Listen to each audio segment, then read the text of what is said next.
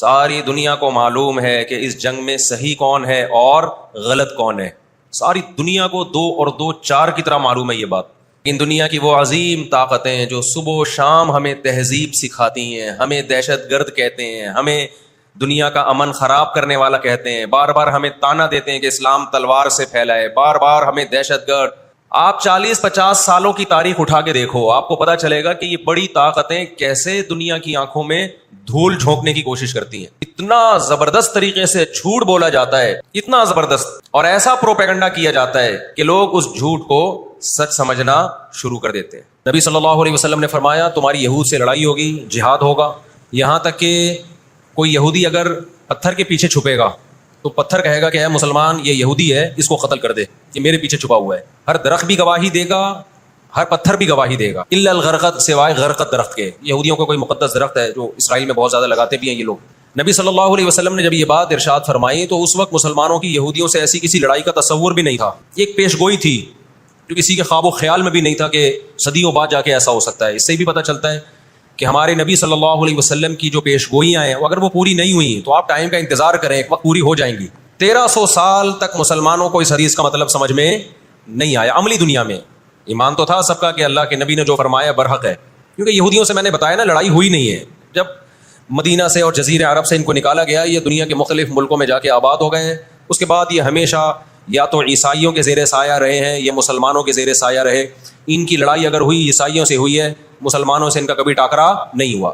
لیکن پیغمبر صلی اللہ علیہ وسلم نے کیا فرمایا صحابہ سے, تقاتلون, تم لڑو گے. تم سے مراد یہ امت لڑے گی, ایک وقت آنے والا ہے اور ایسی لڑائی ہوگی, ایسی لڑائی ہوگی کہ حتیٰ یختبی احدکم وراء الحجر, کہ پتھر اور درخت بھی یہودی کا ساتھ دینا چھوڑ دیں گے.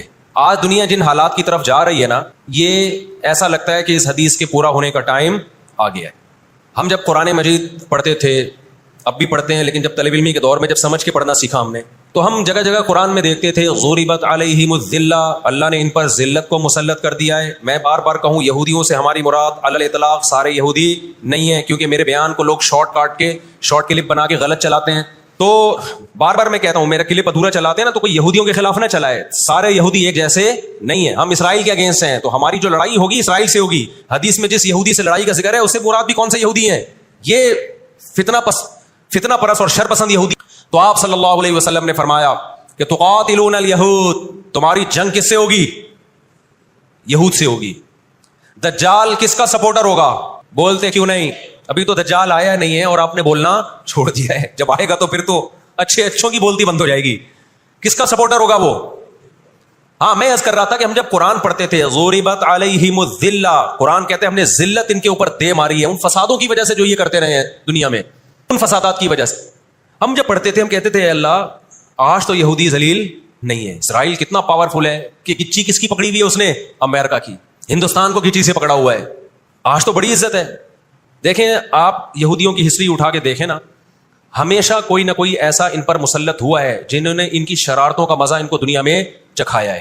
قرآن سے بھی یہ بات ثابت ہے کہ ان کو ان کی شرارتوں کا مزہ, عذاب جو ہے وہ دنیا میں ملتا رہے گا. میں بار بار کہتا ہوں ہٹلر نے بھی ان کو عذاب دیا ہے. ہٹلر سے پہلے بھی اسلامی نہیں بلکہ دنیا کی تاریخ میں بہت سے ہٹلر گزر چکے ہیں جنہوں نے ان کی شرارتوں کی ان کو دنیا میں سزا دی ہے. ہم پھر بھی بتائیں ہم ہٹلر کے حامی نہیں ہیں جو ظلم اس نے کیا, لیکن وہ بھی ان کی شرارتوں سے بیزار تھا. قرآن کہہ رہے ہیں ہم نے ان پر ذلت کو دے مارا ہے. دنیا میں بہت دفعہ رسوا ہوئے یہ, اب کیا ہے, یہ آخری ذلت ہے یہودیوں کی. آپ کو معلوم ہونا چاہیے جب دنیا میں کسی کو بہت زیادہ ذلیل کیا جاتا ہے نا تو پہلے اس کو عزت دی جاتی ہے. کسی کے گلے میں آپ جوتوں کا ہار پہنا دو, یہ بھی ایک ذلت ہے.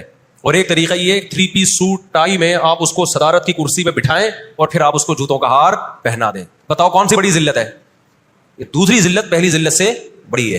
پوری دنیا میں مار کھانے کے بعد نا اپنی شرارتوں کی وجہ سے آج اللہ نے ان کو ایک تھوڑی سی حکومت دی ہے, ایک چھوٹا سا کنٹری. آپ اگر اسرائیل کو نقشے میں دیکھیں گے تو کراچی بھی بڑا ہے اسرائیل سے. اتنا چھوٹا ملک اور تعداد بھی بہت تھوڑی. اللہ نے انہیں کچھ وقت پنپنے دیا ہے. اللہ نے کہا ٹھیک ہے دنیا تمہاری آخری شرارت دیکھ لے, اس کے بعد جو میری طرف سے تم پہ مار پڑنے والی ہے اس کے بعد قیامت تک تم دوبارہ اٹھنے کے قابل نہیں رہو. یہ آخری ذلت کا انتظام ہو رہا ہے یہود کا. اور جو فائنل میچ ہوتا ہے نا وہ شاندار ہی ہوتا ہے. کیا خیال ہے؟ سیمی فائنل میں اتنا لوگ دلچسپی سے نہیں دیکھتے, کوارٹر فائنل میں اتنا دلچسپی سے بولو نہیں دیکھتے, جو فائنل میچ دیکھتے ہیں. اللہ نے ان کا ظلم پوری دنیا کے سامنے نمایا. اقوام متحدہ کی 60 سے زیادہ قراردادیں ہیں جس کی اسرائیل دھجیاں اڑا چکا ہے. 60 سے زیادہ قراردادیں, 60 سے زیادہ, جس کو اسرائیل نے ماننے سے انکار کیا ہے. یونائٹڈ نیشن کی بات کر رہا ہوں میں. تو اللہ تعالیٰ ان کو تھوڑا سا پنپنے دے رہے ہیں کہ ٹھیک ہے اس دفعہ سیمی فائنل تم جیت لو, فائنل تک تو پہنچو نا تم, اس کے بعد ہوگا کیا. دیکھو آپ نے سنا ہوگا کہ لاتوں کے بت ہاتھوں سے نہیں مانتے. یہ جو اسرائیل جو کچھ کر رہا ہے نا, اس کا اصل حل مجھے بھی پتا ہے, اس کا اصل حل ہے جہاد. اس کا اصل حل کیا ہے؟ جہاد. تو آج بھی رشیا, چائنا وہ اسرائیل کے حق میں نہیں ہے. عین ممکن ہے اللہ مظلوموں کی آواز سے ایسے حالات پیدا کر دے کہ اس جنگ میں براہ راست کون کود پڑے؟ سوویت یونین کود پڑے. اور اگر سوویت یونین اس جنگ میں کود پڑا جس کے پورے چانس لگ رہے ہیں, تو پھر یہ تیسری جنگ عظیم کی طرف معاملہ جائے گا. اور پھر دنیا میں جو تباہی ہوگی نا, تباہی ہوگی وہ میرے اور آپ کے تصور سے بھی زیادہ ہے. کیونکہ اب تلواروں سے یا صرف ہوائی جہازوں سے جنگ نہیں ہوتی, اب سب کے پاس نیوکلیئر ہتھیار ہیں, اب ایٹم بم چلیں گے. آج اگر دنیا انسانیت پہ رحم کھانا چاہتی ہے, آج اگر امریکہ, برطانیہ, جرمنی, فرانس جو دنیا کے لیڈر کہلائے جاتے ہیں, آج اگر یہ چاہتے ہیں کہ انسانیت کو تباہی سے بچائیں, جو اصل ظالم ہے نا یہودی, اس کا ہاتھ روکنا ہے, تو آج اگر یہ اسرائیل کا ہاتھ زبردستی روک لیتے ہیں تو دنیا بڑی تباہی سے بچ جائے گی. اور اگر یہ دنیا اسرائیل کا ہاتھ نہیں روکتی اور اس جنگ کو بند کرنے کی کوشش نہیں کرتی, تو بھائی جو تیسری جنگ کی طرف معاملہ جا رہے ہیں اس کے ذمہ دار یہ لوگ ہوں گے جو دنیا میں تہذیب کے ٹھیکیدار ہیں. ہمیں قرآن و سنت میں اس بارے میں کیا ہدایات ملتی ہیں؟ اللہ کہتا ہے میں نے یہود پہ ذلت کو مسلط کر دیا ہے. اس آیت میں اور اس حدیث میں جو میں نے تقاتلون الیہود والی حدیث پڑھی, اس میں مسلمانوں کے لیے خوشخبری ہے کہ اللہ تعالیٰ نے جیسے بنی اسرائیل انتہائی کمزور تھے, فرعون کا ظلم اور بربریت کا شکار تھے, اللہ سورہ قصص میں کہتے ہیں وَنُرِيدُ أَن نَّمُنَّ عَلَى الَّذِينَ اسْتُضْعِفُوا فِي الْأَرْضِ, ہم نے ارادہ کیا کہ زمین میں کمزور ترین لوگوں کو اٹھا کے زمین کا امام بنا دیں گے, طاقتور پہ غالب کر دیں گے. بہت دفعہ ایسا ہوا ہے کہ من فئة قلیلة غلبت فئة کثیرة بإذن اللہ. اللہ کہتے ہیں دنیا کے نقشوں میں جو غالب ہوتا ہے, جس کی فتح اسباب کی دنیا میں یقینی ہوتی ہے, میں بہت تھوڑی سی جماعت کو طاقتور بنا کے دنیا کا امام بنا دیتا ہوں. ہمیں اللہ کی رحمت سے اور قرآن اور حدیث کی جو بشارتیں مل رہی ہیں اس سے پوری امید ہے کہ انشاءاللہ یہ جو ابھی حالات ہوئے ہیں, انشاءاللہ یہ اسرائیل کی شکست پہ اور یہودیوں کی ہمیشہ کے لیے شکست پہ اس کا نتیجہ نکلے گا انشاءاللہ. اور نبی صلی اللہ علیہ وسلم کی وہ حدیث پوری ہوگی کہ تمہاری جو بڑی جنگ ہوگی, نبی نے کیا فرمایا, اس امت کی ایک جماعت ہمیشہ جہاد کرتی رہے گی. لا یزال طائفۃ من امتی ظاہرین علی الحق, ہر دور میں لڑائی ہوئی ہے, جہاد ہوا ہے. آپ اس ہسٹری اٹھا کے کہیں نہ کہیں جہاد ہمیشہ ہوتا رہا ہے. تو آج بھی ایسا ہوگا. اور بالآخر یہ معاملات اگر بین الاقوامی دنیا نے کنٹرول نہیں کیے تو نبی صلی اللہ علیہ وسلم کی پیش گوئیاں انشاءاللہ بہت جلد پوری ہونے والی ہیں. اور یہ جو ان کو عزت ملی ہے نا, یہ اصل میں بہت بڑی ذلت کی تمہید ہے. جب کسی کی بہت بڑی بےزتی کرنی ہوتی ہے تو اس کو پہلے بہت زیادہ عزت دینی پڑتی ہے. اس وقت دنیا میں دو بڑی طاقتیں ہیں جو اس وقت تیسری ورلڈ وار کی طرف دنیا کو لے کے جا رہی ہیں. آپ کو پتا ہے پہلی جنگ عظیم میں کتنے لوگ ہلاک ہوئے, دوسری جنگ عظیم میں کتنے لوگ ہلاک ہوئے, اور اب جب تیسری جنگ عظیم ہوگی تو ہلاکتوں کا جو ریشو ہوگا, میں سمجھتا ہوں آدم علیہ السلام کے زمانے سے لے کر اب تک دنیا میں جتنی ہلاکتیں ہوئی ہیں وہ ایک طرف ترازو کے ایک پلڑے میں رکھتے ہیں آپ, اور یہ تیسری جنگ عظیم جو اسرائیل کی وجہ سے ہونے جا رہی ہے اس میں جو ہلاکتیں ہوں گی وہ تمام ریکارڈ توڑ دیں گی, اور اس کا ذمہ دار برطانیہ, امریکہ اور اسرائیل ہوگا. دنیا میں سب سے زیادہ تہذیب کے ٹھیکیدار سمجھے جاتے. دنیا میں دو بڑی جنگیں ہو چکی ہیں, ان دونوں بڑی جنگوں میں کہیں بھی کسی مسلمان کا نام بولو نہیں آئے گا, کہیں بھی نہیں آئے گا, کیونکہ کسی فلاں مسلم کی وجہ سے ہوئی ہے یہ جنگ. اور اب تیسری جنگ عظیم کی طرح, اور یہ جنگ ہوگی, یہ ذہن میں رکھیں. قرآن نے یہ بھی واضح کر دیا کہ آپ کسی پر زبردستی نہیں کر سکتے, تلوار کی زور سے کسی کو اسلام میں داخل نہیں کر سکتے. اے اللہ ہم نے ان غیر مسلموں سے سلوک کیسا کرنا ہے یہ بھی قرآن نے بیان کر دیا. لا ينهاكم الله عن الذين لم يقاتلوكم في الدين ولم يخرجوكم من دياركم ان تبروهم, 28واں پارہ. جو بھی غیر مسلم ہے, چاہے وہ یہودی ہو, چاہے وہ عیسائی ہو, چاہے وہ ہندو ہو, سکھ ہو, بدھسٹ ہو, اللہ فرماتے ہیں اللہ تمہیں ان سے اچھے سلوک سے منع نہیں کر رہا, بلکہ اچھے سلوک کا اللہ تمہیں حکم دے رہا ہے. ہمارے نبی صلی اللہ علیہ وسلم جب کوئی یہودی بیمار ہوتا اس کی بھی عیادت کے لیے اسی طرح جایا کرتے تھے جیسے کسی مسلمان کی عیادت کے لیے جاتے. ہمارے نبی کی زوجہ ایک یہودی خاندان سے تھیں, وہ اپنے یہودی خاندان کو ہدیے دیا کرتی تھیں. ہمارے نبی صلی اللہ علیہ وسلم نے اس عمل سے انہیں منع نہیں کیا. ہماری دشمنی یہودیوں سے نہیں ہے, عیسائیوں سے نہیں ہے, ہماری دشمنی ان یہودیوں سے ہے جو اسرائیل کو سپورٹ کر رہے ہیں.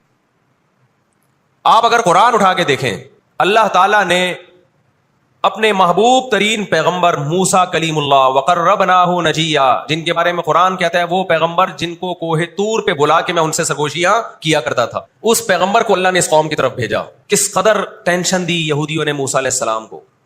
ہٹلر جو تھا نا دوسری جنگ عظیم میں تو جرمنی گیا ہوں نا، میں نے وہ قبرستان بھی دکھایا تھا یہودیوں کا.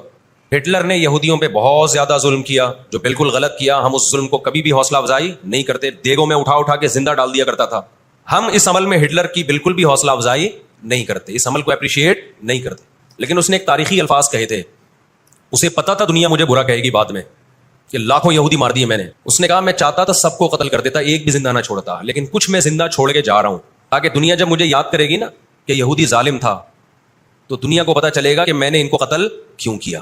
کچھ چھوڑ کے جا رہا ہوں، یہ چین سے نہیں بیٹھیں گے، دیکھنا کرتے کیا یہ. ہٹلر اگر آج زندہ ہوتا، دنیا کہتی کہ تو بندہ ٹھیک نہیں تھا لیکن بات ٹھیک کر کے گیا ہے. جیسے مشرف بندہ ٹھیک نہیں تھا لیکن بات، اس نے کہا نا دنیا کس کی زبان مانتی ہے؟ ڈنڈے کی. بات ٹھیک کر کے گیا ہے.